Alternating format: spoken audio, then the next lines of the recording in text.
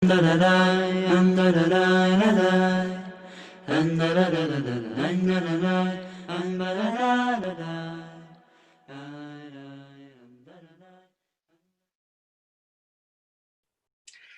everybody, Shalom Aleichem, good Monday morning. So excited to continue learning, especially a piece we began yesterday, that the beautiful bliss of Yerushayim, Kodesh. It was really a beautiful piece we began to delve into. And today we're going to continue it. And I want to dedicate today's learning, this morning's learning, in honor of one of our closest friends' birthdays. Today's the birthday of Chana Medara Amra Nafshi Bas Neila Ve Rav Shlomo. Dari's birthday today. So we're doing the learning today in honor of her birthday. She should be filled with brachas and surrounded by the light and warmth of the Torah. Kol Yimei Chayah. Her and her whole beautiful family. So to get us back into a zone of where we were yesterday, we'll go briefly, le'at, slowly. We began discussing how beautiful, how absolutely magnificently beautiful Yerushayim was at large, the city Yerushayim was. The cleanliness, both in the air and on the ground. The feeling of we're in this together. The hachnasat orchim that took place in Yerushayim. The sense of ki'ir shechubra layachtav, like if people wanted to feel like they're going to come together, they knew they can come to Yerushayim to feel that. And all of that, we learned, was nothing in comparison to what was waiting for them as soon as they stepped foot into the Beis HaMikdash. And the thing that we spoke about yesterday in depth, and we kind of ended with this, is the following. You know, we live in a world where we're always uncertain about our tshuva. We're constantly uncertain if we're really forgiven or not. But in the times of Yerushayim with the Beis HaMikdash, Am Yisrael lived in a state of there's something that's atoning for me every day. I wouldn't go to sleep that heavy, feeling so heavy, because I knew there was a korban shel ben arbaim. There was a korban tamid being brought in the afternoon, towards the evening, that would atone for whatever I did during the day. And in the morning, there'd be a korban shel shachar, korban tamid shel shachar. And we were discussing this, what kind of a reality it is, what kind of world it is to live in, what kind of an experience it is to live in a world where you really are not concerned so much about your own transgressions, because you knew there was a korban that was taking care of it. And I started thinking about this a lot more after Shir, wondering if that maybe caused people to feel less motivated to work on themselves, knowing, oh, it's okay, I got something that covers me or not. I don't think so. I think that what living in a reality like that is all about is that when I have space to be used, instead of using it to feel guilty, but to use it to tap into the beauty that's in front of me, the beauty becomes more beautiful and the creativity becomes more creative. So that was just a taste of what we were talking about yesterday in terms of what it was like to have a Beis HaMikdash, the beauty of Yerushalayim. And that's how the Gemara explained inside the Midrash said to us that a person never went to sleep in Yerushalayim ubeyado avon. That you never went to sleep holding on to a transgression, because you were done with it. The korban took care of it. So today we're going to continue this beautiful piece from Rav Erez Moshe Doron, and he's gonna attack this question of, okay, in us today, when we don't have that, how could any of us really go to sleep? And how could any of us wake up in the morning when we're never really certain?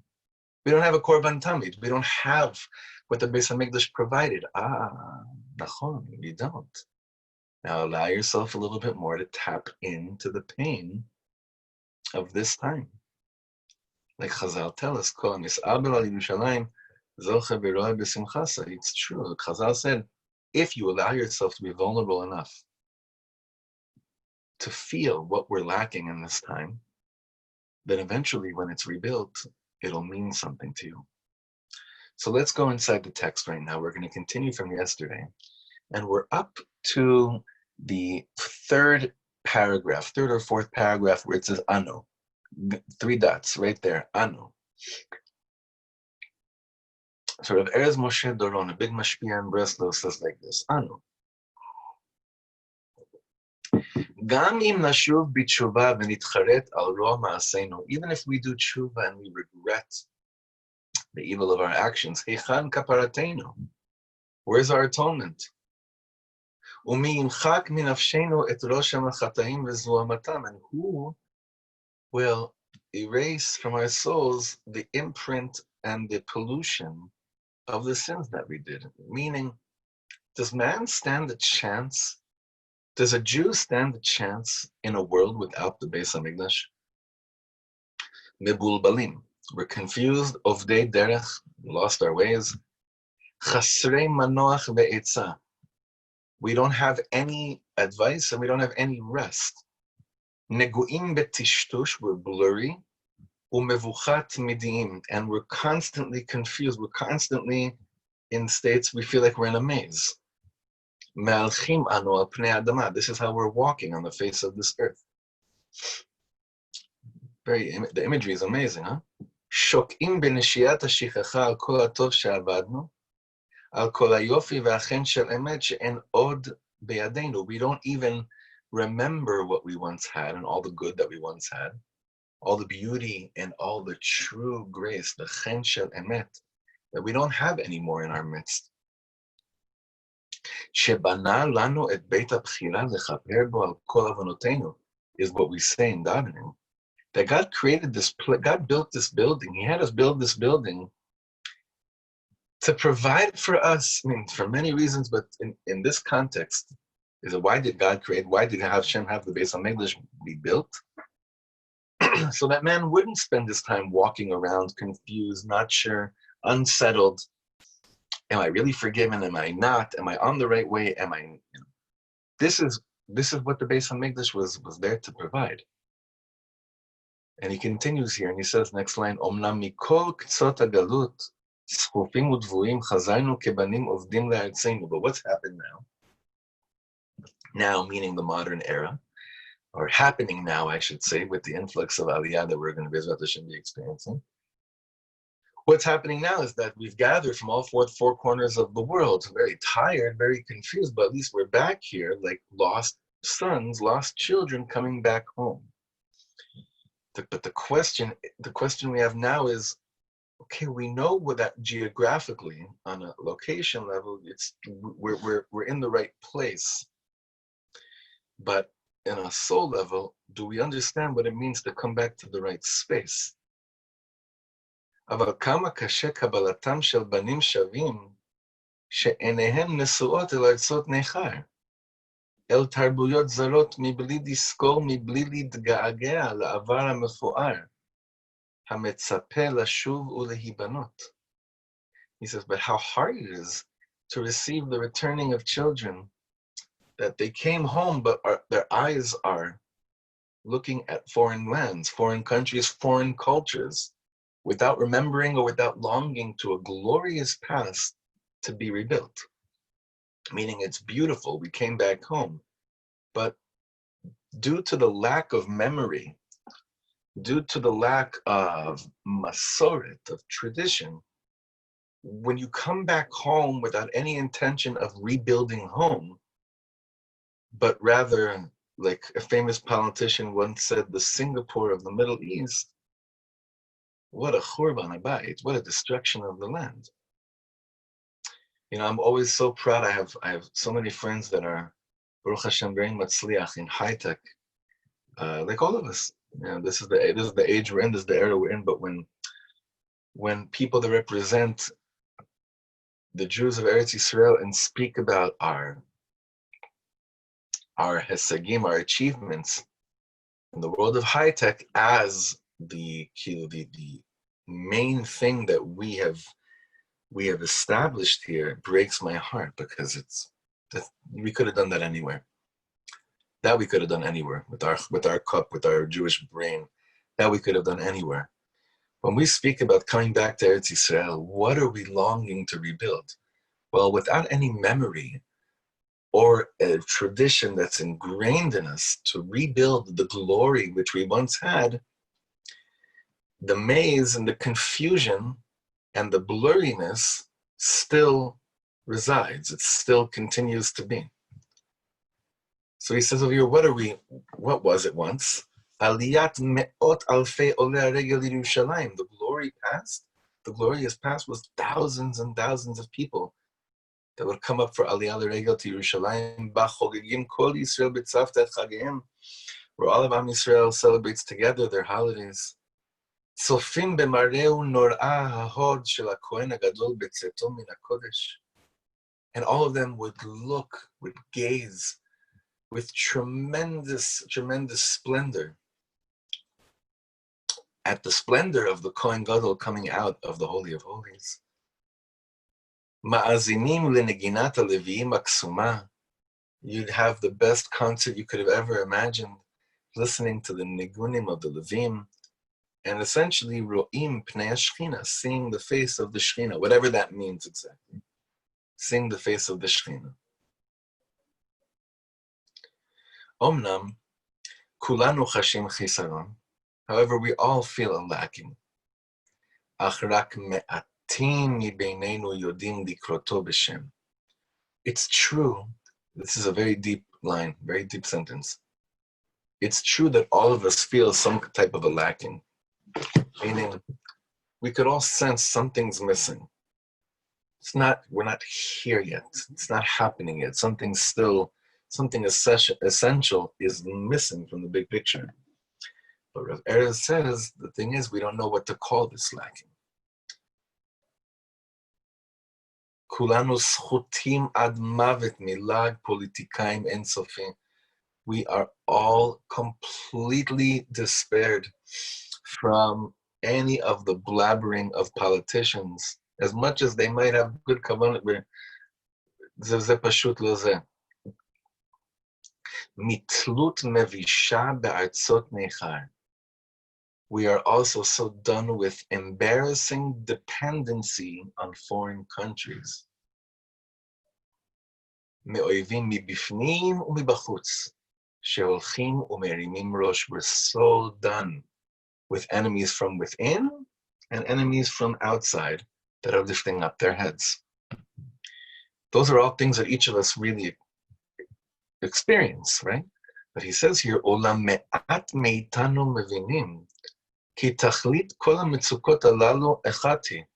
But only very few of us understand that the purpose of all of these crises that we find ourselves in is one. And what's the purpose? La'akir et mi she'amar v'haya ha'olam. To get to know the one that said there shall be a world. Lifnot elav ve'alav lehisha'en. To turn to him and to lean on him. So Rav Erez is saying something that's very common amongst most people that are looking a little bit deeper into the reality, is that anything that we're going through, any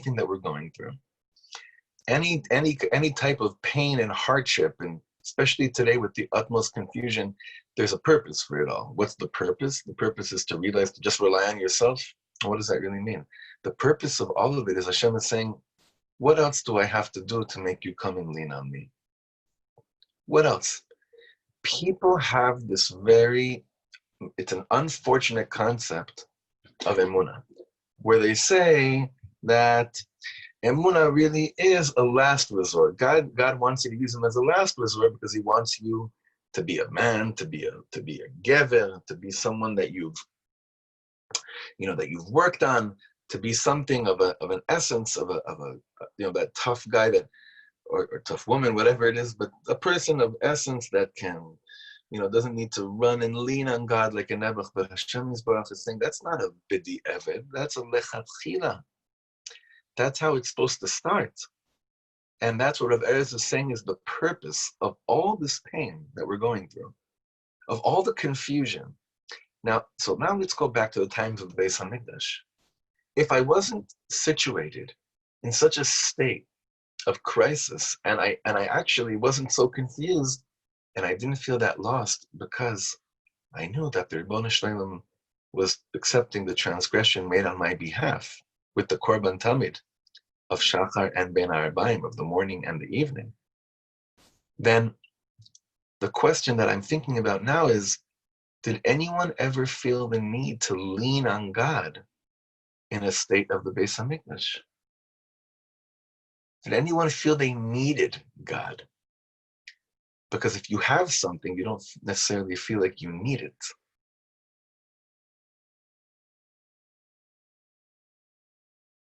So I'm sorry, I'm getting a little bit, not lost in my thoughts. I'm just wondering, just bear with me for a second. Do I feel like I need something when I have it? Generally not. Perhaps that's why the Beis Hamikdash was taken away from us, is because we didn't feel like we needed it. I don't know, would love to hear your thoughts on that one. But it seems to me we're onto something. It could be.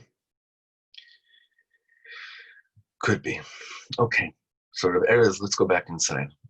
He's saying, really, that to lean on God is the purpose of all of this confusion. To feel like you need and want the Ribono Shel Olam is the purpose of everything that we're going through.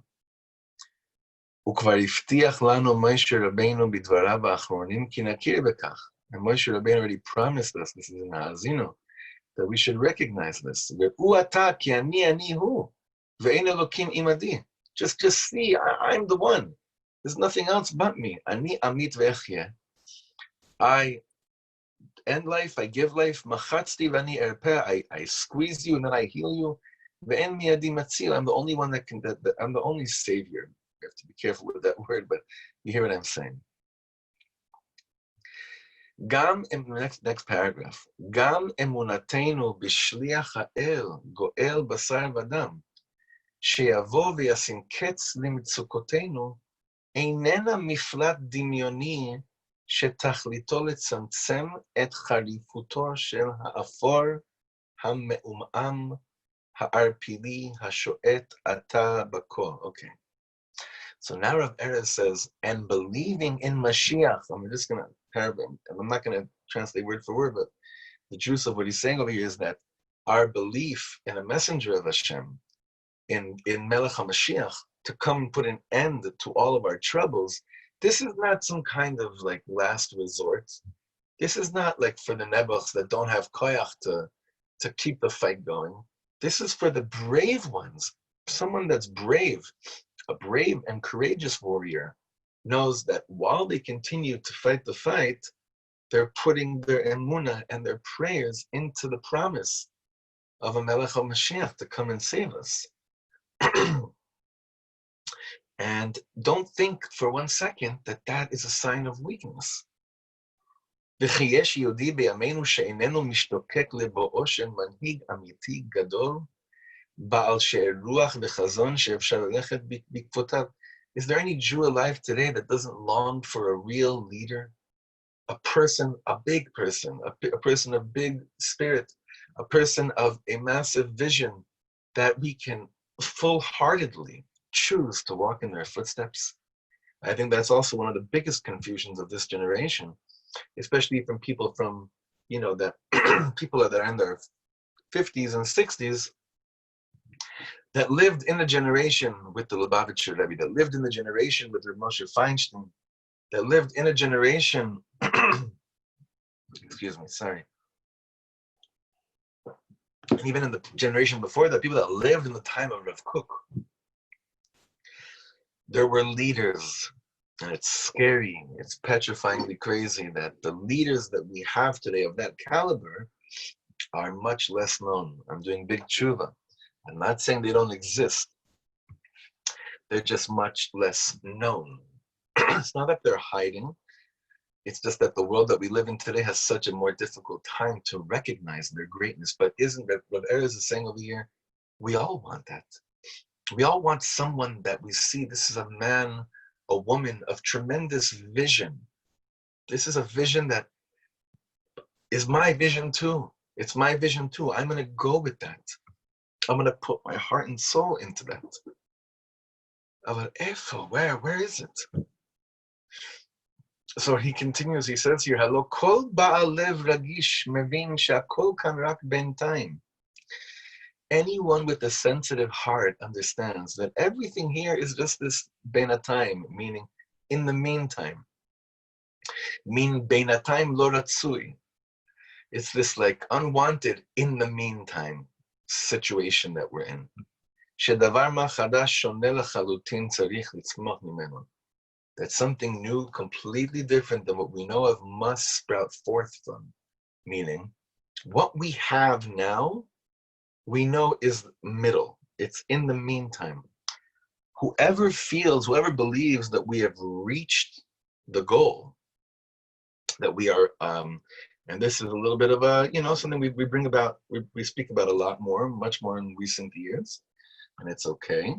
But many of us thought that by just making aliyah, we did it. And we realized by making aliyah, we're only beginning. But anyone in any situation in that they're in their life in this world is all of beinatayim. I once heard from Rav Shlomo that the concept of holy is that when you're doing something holy, you never ever want it to end. It could be there forever. And the question is, is that a stira? Is that a contradiction to what we're saying right now? Well, it's not. It's something very important for us to understand, that we have moments like this. We have certain relationships like this that are holy, but where we don't want it to end. It can be in a conversation, we don't want it to end. One time, I was taking a walk on a late Motzei Shabbos with my dear friend, Rabbi Levish Hundert. We were taking a walk in Yerushayim. I remember where we were. We were on Osishkin and Karen Kayemet, the corner over there in Shari Chesed. And it was so flowing. The time stopped. I think we completely forgot about the concept of time. And we always speak about Osishkin, meaning it's like etched in time as that moment of holiness that we never wanted to let go of. Over here, Rav Erez is saying is that when you're living your life and you feel that you're just in an in-between and it's just in the meanwhile, well, while I'm waiting, I'll do this.